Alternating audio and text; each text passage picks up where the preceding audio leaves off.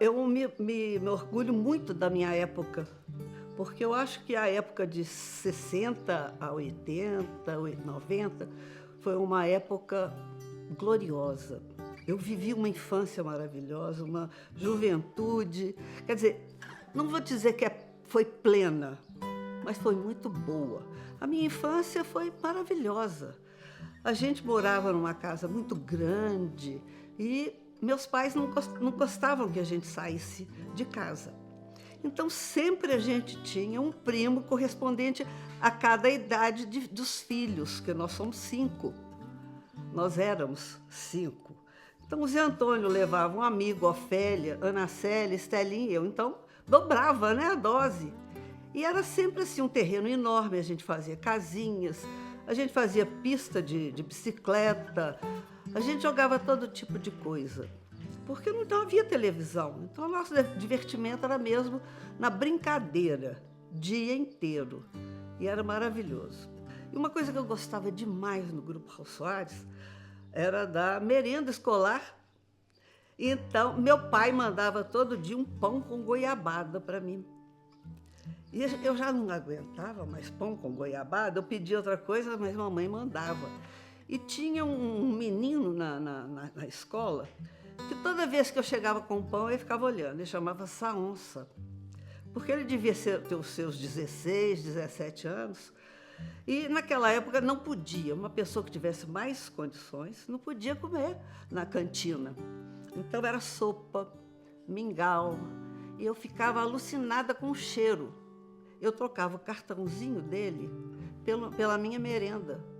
Eu ia para a cantina, ele comia o pão com goiabada e ele passou a me defender.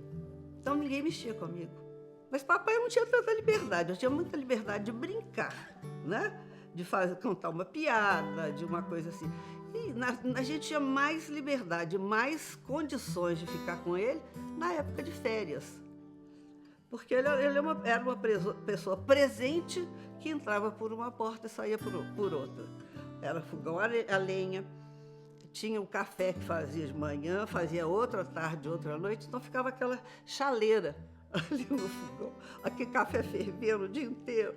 Ele chegava, virava o cafezinho assim, tomava. Ninguém tinha coragem, porque aquele café ia ficando grosso, né? Horrível, mas ele achava fantástico.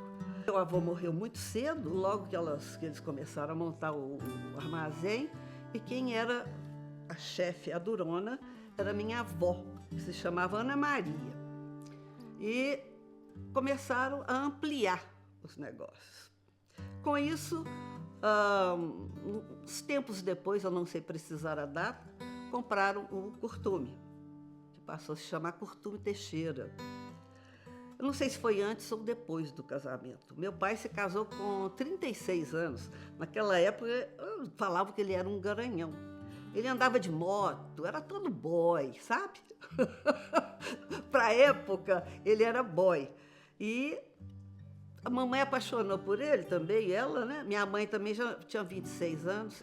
E teve 5 filhos: Zé Antônio, Ofélia, Ana Célia, Estela Maria e eu.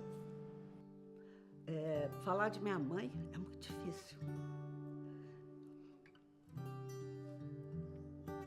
Ela era maravilhosa. Ela era querida.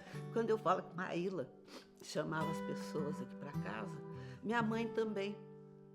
Minha mãe era um imã para os outros, para as irmãs, porque eram 11 na casa dela. Não tanto para os homens, né? Porque cada um tem sua família, parece que afasta. Mas para as mulheres, mamãe parecia o centro. E também ela era mais velha, né? E fui morar com tia Áurea para fazer faculdade. Eu fiz a católica, estudei letras, português e inglês. E me formei lá. Quando eu me formei, eu pedi meu pai uma viagem para os Estados Unidos, que eu queria completar meu inglês, né? Fiquei lá uns 2 meses, eu não me lembro, fiquei em casa de família.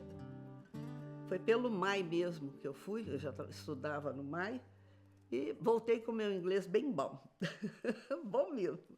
Mas fui trabalhar no MAI, dei aula, eu gostava muito de dar aula para crianças Já não há entrosamento entre pais e filhos. Já não há mais o ensinamento de pais. Os filhos já têm a vida deles independentes, já não participam mais, né? Das conversas em casa. Eles vivem hoje dentro de uma sociedade da internet. Quer dizer, o que é ensinado para eles não foi o que o pai falou, mas é o que é jogado para eles. Eu sinto muito isso. Eu acho que nós não vamos aguentar isso por muito tempo.